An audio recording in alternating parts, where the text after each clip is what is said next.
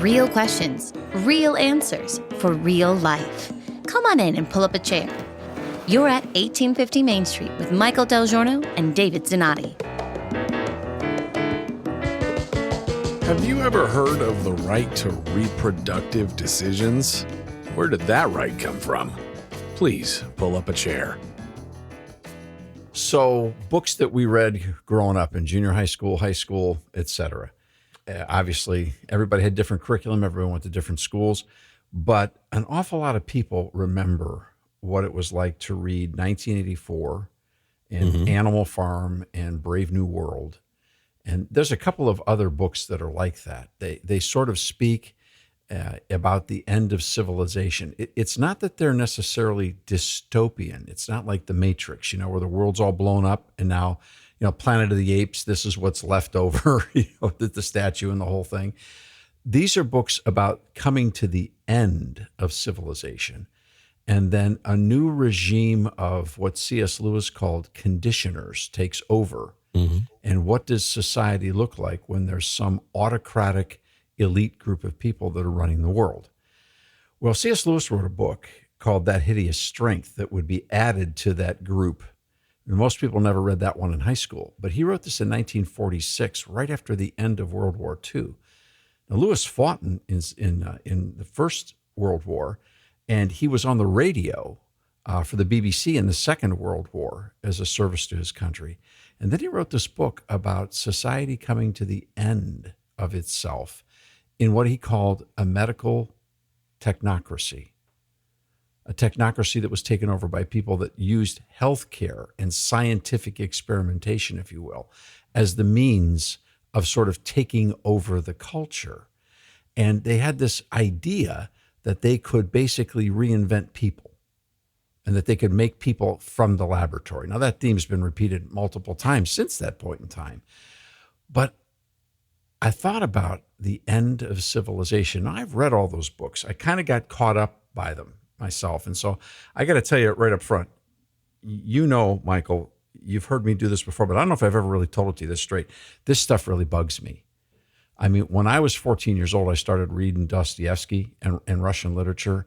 And from there, I went to Solzhenitsyn in high school. And I have always been worried about what happens if the bad guys take over. Could we ever lose America? So that kind of is my predisposition. So when I enter this conversation with you, I want you to know that I'm not trying to be hysterical. But fact is, there's some really bad stuff that's going on we got to talk about. Yeah, I felt the need to say that out loud. Me, I'm not a dramatic person. I'll use hyperbole for humor or sarcasm, but I'm rarely dramatic. And I think what's going on in your state of Ohio literally shakes my soul, shakes my spirit. All these things that you just outlined, if we're not there in a far more frightening way than any of those books or any of those crazy movies, with the exception of Invasion of the Body Snatchers, that got me. But I mean, this is surreal. And, I think of it this way. You always say, lose God, lose man. And I think it's Francis Schaeffer we borrowed that concept from, and you kind of put it to words. Lose God, lose man, lose God, lose republic, lose man, lose reality. I mean, lose God, lose all of it at once. Yeah. But what's happening in Ohio, this has got to have all your friends and colleagues. You got chosen to be on the front line. Yeah. I don't know who picked these cities a long time ago, but wow. Yeah, and so it's doggone it. The last thing I want to do is have it happen in Ohio, where the American Mission Center is, and wouldn't want this to happen anywhere. But right in the Midwest, there's something going on. And what's troubling to me is, that the major media hasn't even touched this story. You've seen, you and I look at stuff nonstop, and we study this stuff every day. And you've got to hunt for this really hard to find it. And it's all going to break out. So the simple plot line is this: the progressive left is looking for a way to accomplish a whole lot of political objectives all at the same time. One of those objectives is to basically bring Roe versus Wade back. All right, the Supreme Court threw Roe versus Wade out after 50 years, saying, you know what, we don't have a good argument anymore. It was always political. We know it's political. It's been long enough now that the people that were responsible for it are dead and gone. And so we can, as a court, we can admit the fact that those guys made a mistake. And we have to admit the fact, because since 1973 in Roe versus Wade, this country's been in a civil war inside a political battleground on a single issue that has torn this country apart. And it's the court's fault. Now, Scalia was telling the court this for decades, saying, when you interrupt the people from being able to work through their own issues in the states and get their votes done and do their stuff, you will create a tremendous amount of hostility to our federal system of government, and you risk breaking trust with the whole idea. Let the people decide. If it's not in the Constitution, don't go there. Don't use it as a battering ram. Don't use it as a giant tent for everybody's party. Let the words be what they are and let the people work it out. Well, finally, enough justices got on the bench that agree with that philosophy. And so the court basically said, we never should have touched this. It's not there is not a right. This is the key. There is not a right to abortion in the federal Constitution. It's not there. It's not in the Declaration. It's, in fact, what you find is the right to life. It's the first right in the Declaration of Independence, is the right to life. And so our whole system is built upon the protection of human life. So this is the idea why government's there. Government's there to protect people. That's the whole thought. So we've got a system built upon the protection of property, conscience, and life. And they couldn't find the right to abortion. They finally had to admit it out loud. So in Ohio, and this, I'm telling you this, and I swear I feel like I'm in a dream right now saying this to you out loud. I just wish what I was saying to you isn't true. There is a constitutional amendment about to get voted on in November of this very year. In just several weeks, the voting's going to begin.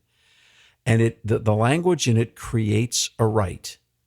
Now, it's a right. Yeah, you heard me say that. I'm telling you, this is the weirdest thing in the world. No, but I think the timing is not a coincidence. We just spent time talking recently about self-evident truths, unalienable rights, endowed by our Creator. And the notion, I mean, I think of our founding fathers, and had somebody ever said, well, what if down the road they want the death to be the self-evident truth, or death to be the unalienable or right? Selective death, right? Would kill some people. They would have thought that was so nonsensical. I don't even think they would have had a conversation about it. That's how surreal what we're living is. Could you imagine sitting down with James Madison, Thomas Jefferson, Sam Adams, John Adams, George Washington, and saying, here's an idea. The states are going to create, with paper and pen, their own rights. They're going to invent rights. And they're going to basically, we're going to say, okay, from now on, we have the right to X. And if the people vote on it, that makes it a right. They would have said, whoa, let's back up the train. Give me an example of that. And why would you ever do that in a state constitution? In other words, if you've got the right, God gave it to you. You don't need to redeclare it in your state constitution. It's presumed from the beginning that God gives you every right that you have. Well, now we're going to create a right. And in Ohio, they're going to create the right to abortion, but it's not abortion. Is it? No. We're going to. I want to go through all that with you because I know you've been studying it. But isn't this first and foremost? Okay, this is their official response to the Roe overturning of Roe v. Or to the Supreme Court overturning of Roe v. Wade. All right. So if you were wondering, if for those that go beyond the headlines, beyond the narratives, and beyond the news cycle, and you're wondering, all right, every action's going to have a response. Well, here is their formal response. And their formal response, I'm sorry. No, I was just going to say, and then my next thought was, why Ohio? Why a special election, not a presidential election? My observation reading through the bill is it is so recklessly and dangerously vague that it has to be on purpose. I mean, this kind of reckless writing wouldn't get by a committee at a state level, let alone be a formal response. Then my next thought was they plan to have this stealth, quiet battle without anybody noticing in Ohio and make that the result of the war. And I think Ohio is certainly ground zero and front line of this new war on life. And this is the opening battlefield. But I suspect they don't plan to battle it after here. If they can get away with it here, they plan to just through precedence make this the new model for the nation. You got it. Their strategy is pretty forthright. they've decided, and here's the amazing thing, they don't call it abortion. You would think that after all of this, after 50 years of Roe, that if they were going to create a new right, they would call it the right to abortion and say that it is a state right. The people of Ohio are entitled to. Now, of course, as soon as I say that, it's problematic, because what human right would ever be exclusive to state lines? The people of Ohio have the right, but the people of Michigan and Pennsylvania, Tennessee, they don't. Well, that's why the first place to start is we hold these truths to be self-evident. All men are created equal. They're endowed by their creator. They have unalienable rights. That's all man by way of the creator. It pre-exists, and so it should be the same in every state. But I think the first thing I noticed was, remember when we used to have, what was it? Abortion should be safe, which the baby dies every time. And it's not necessarily safe for women, the proclivities to breast cancer and other things. Then it was to be rare, which if there's nothing wrong with it, why be rare? And legal. But this is kind of gloves off. Ooh. This is without saying abortion. When I'm reading this bill, this is like, I want this to be the one thing. You get lose God, lose man. I want this one. This is a blank check for death. That's the words that came into my mind as I was reading this bill. It is so vaguely written. It's like handing a blank check to death. In 1973, the U.S. Supreme Court made a mistake.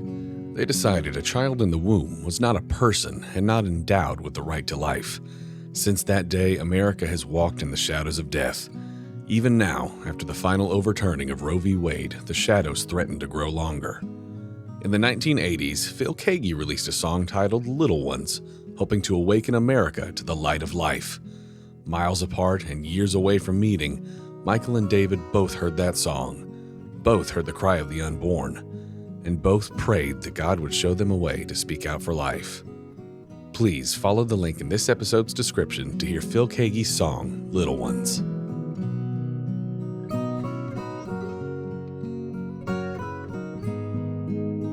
Now, here's the catch to show you how tricky this is.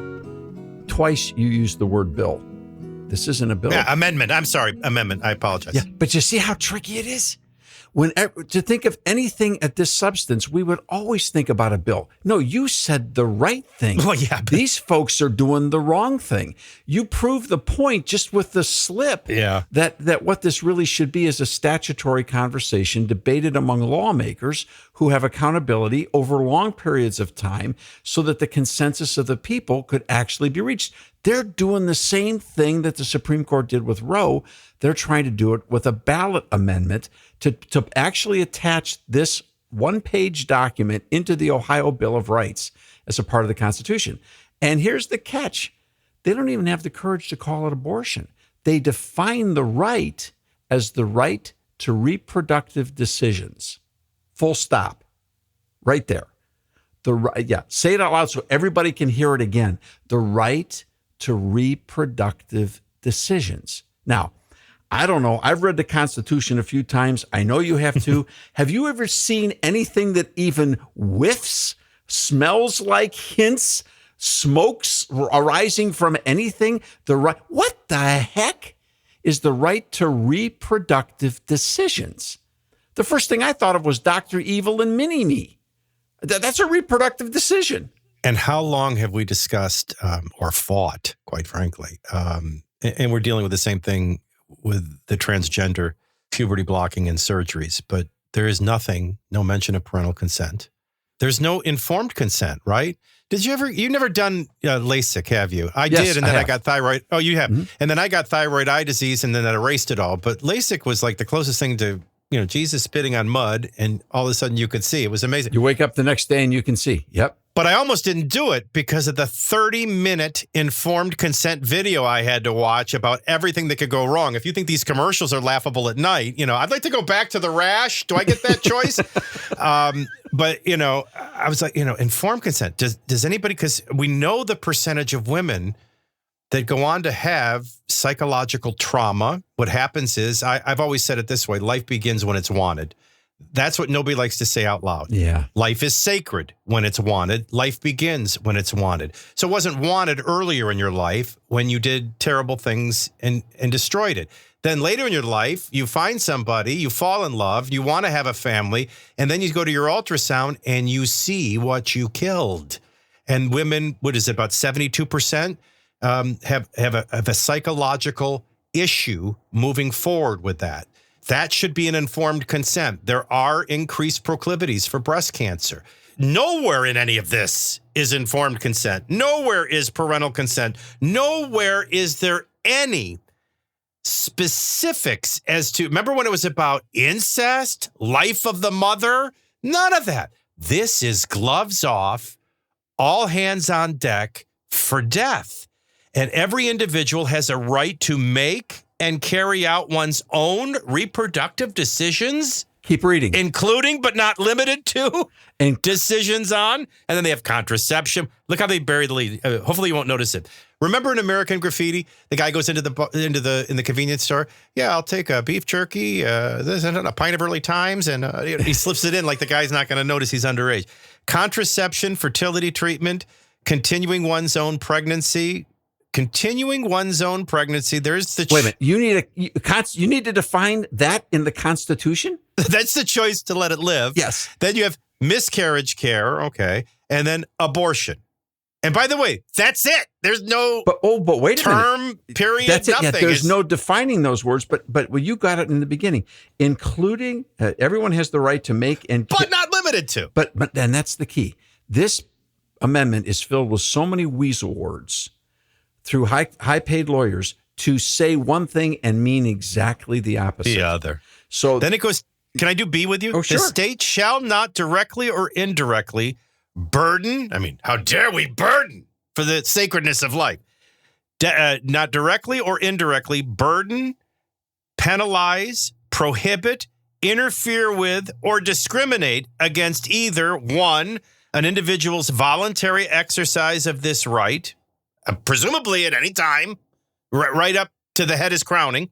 Two, a person or entity, now we're getting to the abortionist, that assists an individual exercising that right. Now, again, this is not statutory language. If this is something being debated and compromised through a legislative process, the people of Ohio would be able to influence this and continue to do so going forward in the future. Once this is in the Constitution of a single state, the people in that state, basically, it's shut up and move on because it's now a constitutional right. So if you create a constitutional right with pen and paper, my question is, can you take that same right away with pen and paper? That's one question. But let's go back to what you talked about here. The state shall not directly or indirectly burden, penalize, prohibit, interfere with, or discriminated against either an individual's voluntary exercise of this right or, watch this, a person or entity that assists an individual exercising this right. In that sentence, Planned Parenthood is literally writing themselves into the state constitution as a facilitator of a human right that you can never mess with again. You can't find that in the Constitution. You can't walk in front of a clinic. You can't write a letter. If you so much as put a pro-life bumper sticker on your car, you could be subject to being accused of harassing these people if you drove it past a Planned Parenthood operation. Whether you knew it was there or not, wouldn't matter. So they become an unequal branch of government. Bingo. With an endless blank check. To do whatever they want because now they're operating in a direct realm of a human right. Now, and so vaguely written, wouldn't it apply for gender selection, abortion? Well, how about we have 3 girls, we want a boy. Oh, it's another girl, we're going to abort it. There's nothing to stop that. The list. What about harvesting body parts? What about chemical castrations, trans surgeries on minors? Isn't that a reproductive decision? Yeah. Well, because it says not limited to. So you were going to end up in a endless amount of court proceedings, which is exactly what they want. And with a straight face, don't call this unintended consequences. These are intended consequences. And let's get one thing right on the table right now. This is the beginning of the end of this debate through a process called lawfare. What the left is clearly going to do is if they can get one state, any state, to do something like this, and then in that state court system begin through lawfare to prosecute suits and suits and suits and suits, to expand that list of rights, to get it bigger and bigger and bigger in the state courts, they can literally control whatever they want to control in this regards to reproduction, human sexuality, and we haven't even gotten into minor protection, the protection of the woman, all of these kinds of things. This is their game plan, and this is what they're doing. Now, let me tell you what's driving me crazy and why I'm really glad we have these chances to talk together, because nobody knows this is going on, and we got to talk more about it. Doesn't this remind you of when Zuckerberg, and he too picked Ohio? Yes, he did. Just stealthily, Yep. under the radar, with tens of millions of dollars, went straight for an issue special election, and we were the only ones in the country talking about it then. He got hammered. The voters turned him down. All right, voters turned him down, but he got hammered. But that's exactly what this is. This is Planned Parenthood and the radical left. This goes as deep as the abortion movement, and the entire human sexuality, sexual revolution infiltrates the entire mindset of the progressive left. Here it is. Here is their manifestation. This is their big game. Well, I go get us more coffee. Yeah. I want to know why they keep picking Ohio. This conversation isn't over yet, so come on back next time and pull up a chair at 1850 Main Street. To help spread the word, please remember to rate, review, and subscribe wherever you get your podcasts. To find out more, visit 1850mainstreet.com. We'll see you soon.